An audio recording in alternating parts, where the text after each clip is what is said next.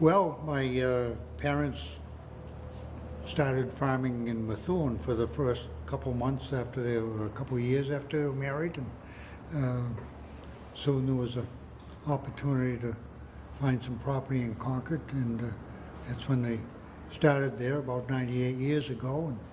And I'm the second generation, and Jen is the third generation in partnership with us. I think I was fortunate that my dad liked what he did enough to still be doing it.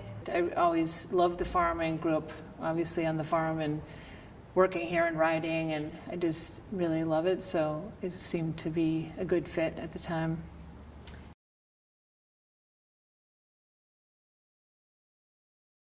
Jen has been thinking for several years that we should get more of our oral histories and pictures and things organized a little bit. And a couple of years ago we started doing that.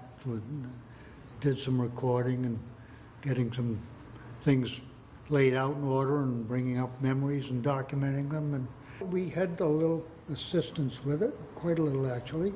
He started with doing a recording of oral history of my parents and kind of stories. So he just kind of got a bunch of stories from mostly my dad, because he's the storyteller of the family, and then he kind of coerced the other members of the family to do the same thing. But he, I asked him at one point, what do people do with once they have the history, and doing a book is one option. Jen's always been wanting to get a cookbook published, so we decided we'd put the whole mix together and come up with some stories about the farm and some of the recipes that we use now, and some of those date back years in the family and some are new. We did a lot of the recipe editing here, and people tested the recipes, and but we did, we had a bunch of people here helping with that.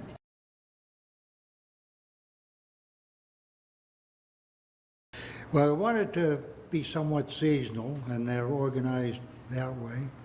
The winter is kind of a little bit more limiting because it's down to potatoes and storage things, but we wanted to feature the seasons because we are a farm and we do use a lot of the things that we grow here in the recipes that we make in the kitchen. We grow a lot of rhubarb that we use, and we use our own carrots in a carrot cake, and a lot of our own produce in the soups and everything, so we wanted to be somewhat seasonal. And then that, along with the recipes that people kind of ask for.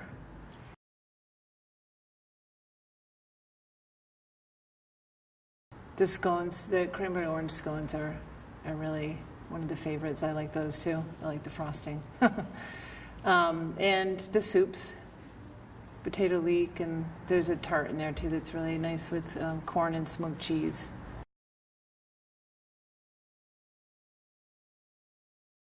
We've made a lot of changes over the years as the economy's changed and people's habits have changed. I think we've adapted with the climate and the times a little bit. I mean, my grandfather was all dairy, and then my dad did that, and then he switched to produce, and now when I came along, we added the food.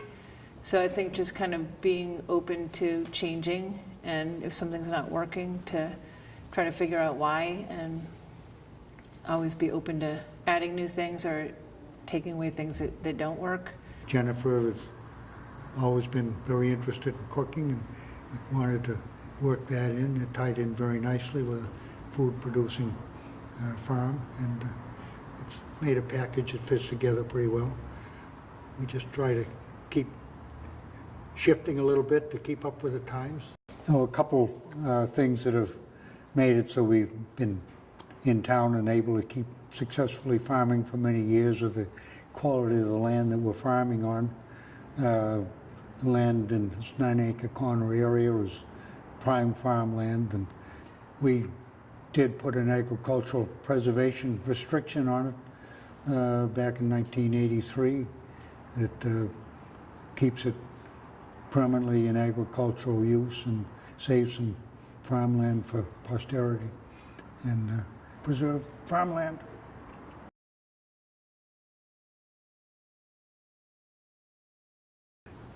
We're coming up on the last of our celebrations for the 100th anniversary on December 9th.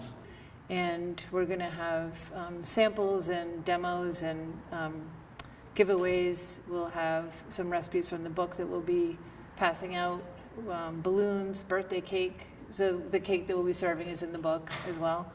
And music, balloons. Just want to have a nice festive atmosphere.